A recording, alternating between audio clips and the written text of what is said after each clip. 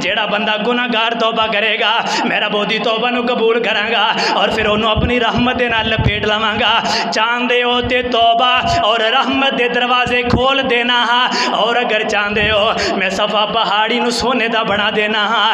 میرے محبوب پیغمبر علیہ السلام نے فرمایا انسان نے، اللہ دے پیغمبر نے سوچیا انسان ڈول جائے گا، اس سونے نو دیکھ کر کے یہ ڈول جائے گا، انہوں نے کتنے ایمان لے کر کے آنا ہے؟ آپ فرماندے نے جبرائیل اللہ نو جا کر کے اعلان، اللہ نو جا کر کے پیغام دے دے اللہ توبہ تے رحمت نو دروازہ کھول دے ہو، کدے نہ کدے چلو ایمان تے لے کر کے آ جان گے، کدے نہ کدے تے توبہ کر لین گے، بڑے تو بڑا گناہگار بھی ہوئے گا، بڑے تو بڑا خطاکار بھی ہوئے گا، فرمایا کرو توبہ کر لے گا میرا بہت گناہاں نو معاف کر دیاں گا، میرا بہتیاں خطاواں نو معاف کر دیاں گا۔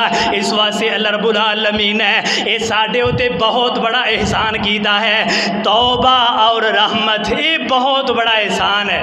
اگر توبہ نہ ہوندی ایک بھی کوئی گناہ کردا تے سمجھو دی پکڑ ہو جاندی تے اے انساناں دے نال نا انصافی سی۔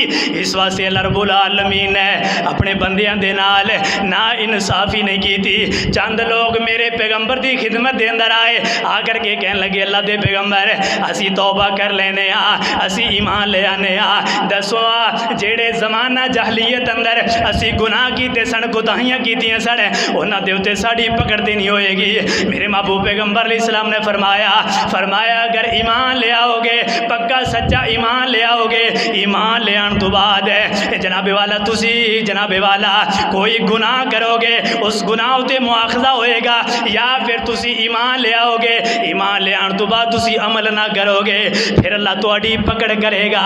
زمانہ جہلیت والی بھی اور اے جڑے ایمان لے آن تو بعد تسی گناہ کرو گے انہاں دی بھی پکڑ ہوئے گی۔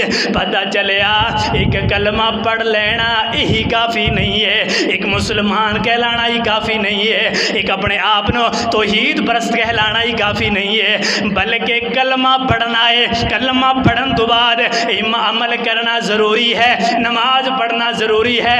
جدو عمل کرو گے پھر کلمہ پڑھنا فائدہ ہے، پھر مسلمان کہلان دا فائدہ ہے، پھر تسی مسلمان ہو۔ اگر کلمہ پڑھ لیا عمل ہی نہ کیتا پھر کیا فائدہ کلمہ پڑھن دا؟